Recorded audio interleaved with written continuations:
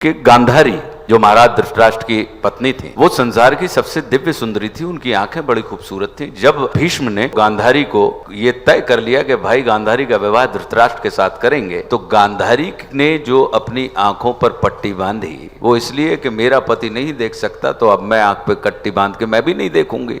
जबकि भीष्म ने उस समय संभवतः कहीं ना कहीं विवाह इसलिए किया होगा कि मेरा पुत्र जो है वो अंधा है, वो एक आंख वाली का साथ पालेगा, तो कहीं ना कहीं जीवन में इसका जीवन बहुत अच्छे से बीत जाएगा। लेकिन जो आंख वाली थी, उसने स्वयं अपने नेत्रों पर पट्टी बांध ली। तो महाभारत का यह दृष्टांत कहीं ना कहीं हमें यह भी बताता है कि आंख वाला जब अपनी स्वेच्छा से अपनी आंख पे पट्टी बांध लेता है, तो फिर उसके परिवार में होने वाले संघर्ष को स्वयं नारायण भी नहीं टाल सकते।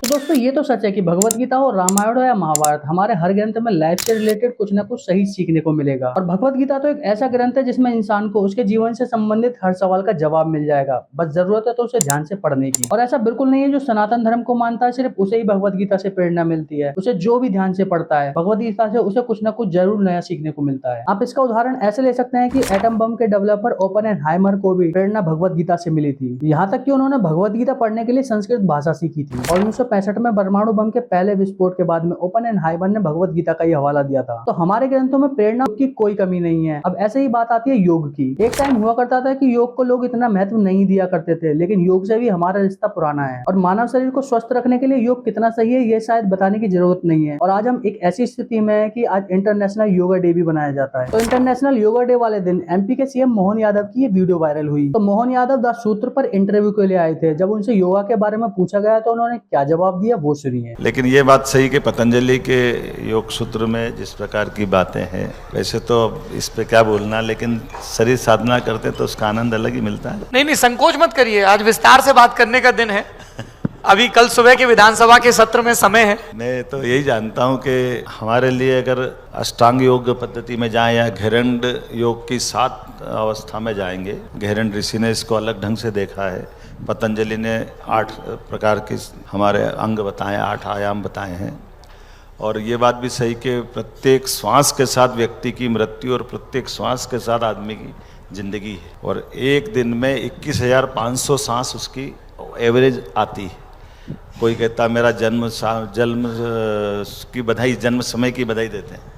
तो जन्म समय तो हर श्वास के साथ, हर श्वास के साथ उसका जन्म होता, हर श्वास के साथ उसकी मृत्यु होती। और एक दिन के एक व्यक्ति के लिए 1 लाख सेल उसके प्रतिदिन मरते हैं। तो हमारा एक दिन जीवन का आता है। और मेडिकल साइंस के हिसाब से 6 महीने में एक व्यक्ति का वो शरीर मरता है और दूसरा शरीर आता है। अर्थात 1 साल में 2 बार हमारा शरीर मरता है। ये अपने को इसे मैं बोलूँगा, इसको ऐसे समझने के बजाय हमारे चित्रों की प्रदर्शनी लगा लें। आपका शरीर लगातार बदल रहा कि नहीं बदल रहा। तो जो कल था वो आज है, आज था वो कल और आएगा, कल से आगे जाएगा, अलग लगातार बढ़ता जाएगा। तो प्रत्येक दिन हमारे लिए अपनी इस आयु का अलग हिस्सा है। ऐसे ही इस हिस्से के अंदर जैसे जाते जाएंगे, जैसे प्राण की बात भी करेंगे, तो प्राण हमारे एक प्राण नहीं है, प्राण हमारे 5 प्राण है। और 5 प्राण पतंजलि ने उसका विस्तृत वर्णन किया है। लेकिन आज अगर अपन मेडिकल साइंस की दृष्टि से देखेंगे तो 5 प्राण में से 4 प्राण तो हमको वेंटिलेटर पे दिखाई दे देते हैं। और इसे मंत्र बोलते हैं, पंडित जी भोजन कराते हैं, ओम प्राणाय स्वाहा, उदानाय स्वाहा, समानाय स्वाहा, ये जो अपने व्यानाय स्वाहा। तो प्रत्येक प्राण के साथ प्रत्येक अंग में उसके अंग तक भोजन लगे। तो जैसे हार्ट गया, एक प्राण गया, इसलिए हार्ट गया तो भी शरीर चल रहा है, वेंटिलेटर पे ये पकड़ में आने लग गया। तो एक प्राण अपना कंठ से हार्ट तक का है, दूसरा प्राण कंठ से सिर तक का है। ब्रेन गया तो डेड हो गया, पहले ये वेंटिलेटर नहीं था तो मानते नहीं थे। एक तीसरा प्राण अपना हार्ट से लेकर नाभि तक का है, ये जो अंदर के लंग्स, और जो अब कोविड काल में सबने महसूस किया है बुरी तरह से। चौथा प्राण नाभि से लेकर नीचे पैर तक का है। तो ये अपने 4 प्राण है जो अब सीधे पकड़ में आते, 5वां प्राण पूरे शरीर में घूमता है।